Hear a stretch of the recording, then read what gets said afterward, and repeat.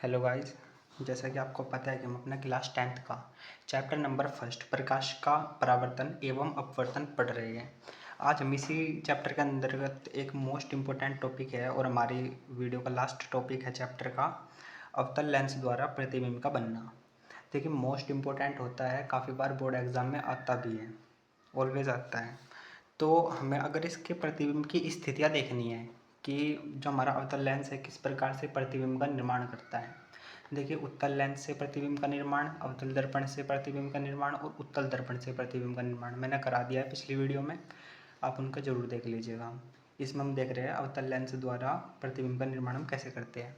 देखिए, इसके लिए हमें सबसे पहले दो नियम पढ़ने होंगे।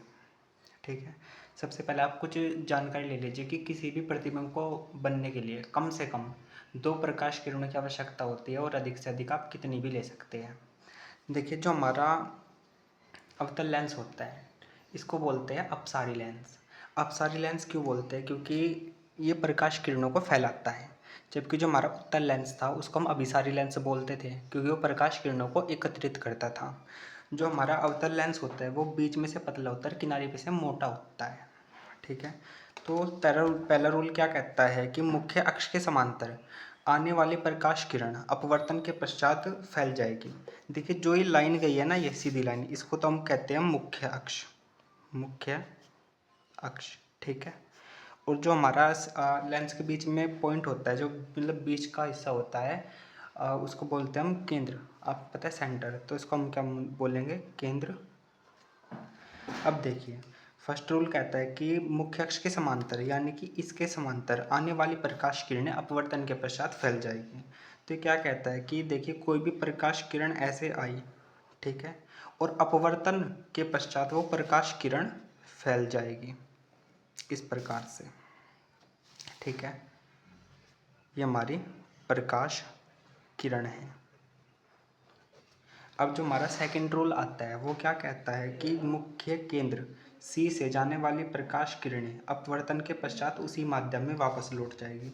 देखिए, आपको पता है कि जो इसको बोलते हैं अपना मुख्य केंद्र। मुख्य केंद्र। देखिए, इससे जाने वाली प्रकाश किरणें, अगर केंद्र से कोई भी प्रकाश किरणें जाएगी तो वह उसी माध्यम में वापस लौट जाएगी। वो प्रकाश किरण किसी भी दिशा में हमारी नहीं मुड़ने वाली है। ठीक है, तो इन्हीं दो को आपको जानना मोस्ट इम्पोर्टेंट था और ज़रूरी भी था।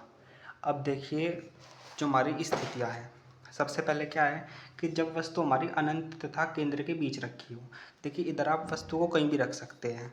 इसको तो बोलते हैं हम F1 और इसको बोलते हैं 2F1 और इसको बोलते हैं F2, इसको बोलते हैं 2F2। निचला वाला भी लिख लेते हैं, F1, F2, 2F1 और 2F2। देखिए, जब वस्तु हमारी कहाँ पर रखी हो? अनंत पर। देखिए, वस्तु हमारी कहीं इधर रखी है तो हम क्या करते हैं, मान लीजिए वस्तु हमारी यहीं पर रखी है, यहाँ पर, तो वस्तु से हमारी प्रकाश किरण आती है इस प्रकार से और फैल जाती है। आगे जाकर इधर से भी हमारी एक प्रकाश किरण आती है और इस प्रकार से फैल जाती है।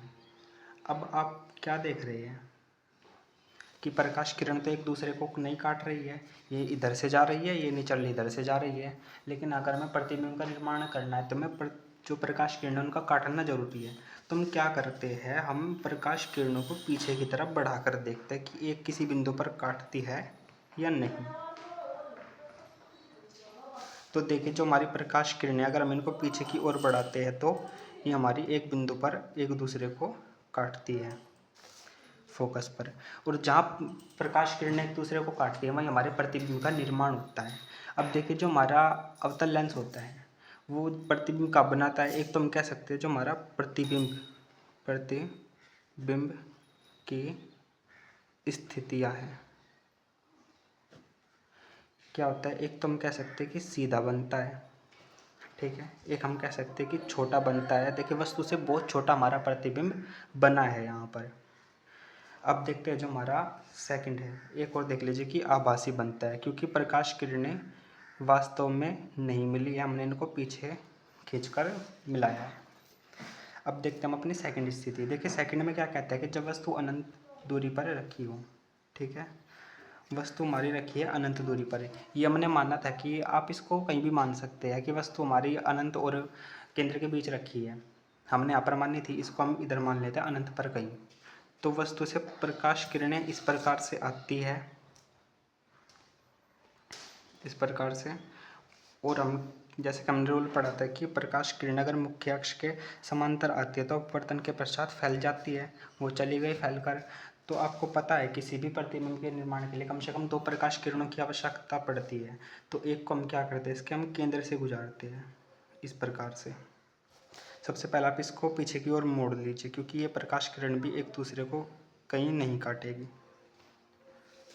अब जो सेकंड हमारी प्रकाश किरण है, अगर हम इसको केंद्र से गुजारें तो आपने क्या देखा कि यहाँ पर प्रकाश किरणों ने एक दूसरे को प्रतिच्छेद किया है, यानी कि एक पॉइंट पर काटा है।